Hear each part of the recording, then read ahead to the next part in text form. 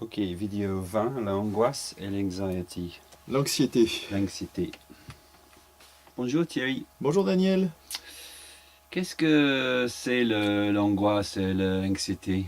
Alors, l'angoisse et l'anxiété, c'est un nom pour une forme de peur. En fait, l'angoisse et l'anxiété, c'est de la peur, c'est du stress. Ça vient au niveau du corps, ça vient encore une fois de l'amygdale, c'est-à-dire que grosso modo, c'est le circuit de la peur avec l'amygdale qui est la sonnette d'alarme qui est au cœur de ce système-là. C'est-à-dire que vous avez une inquiétude, une crainte qui est trop forte, et vous avez la sonnette d'alarme qui s'inquiète.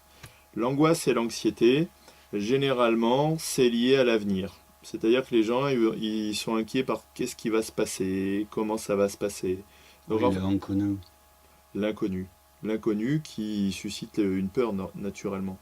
Donc en fait, le futur inquiète, et en fait on s'inquiète, on s'inquiète, on s'inquiète, on s'inquiète.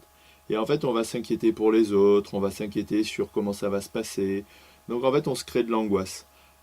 Après, la particularité de l'angoisse et de l'anxiété, c'est qu'en fait ça va avoir des manifestations corporelles, hein, généralement.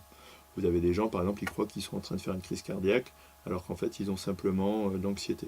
Donc ça va jouer surtout dans cette zone du corps. C'est-à-dire, vous avez la boule, vous avez, ça serre, ça fait une pression.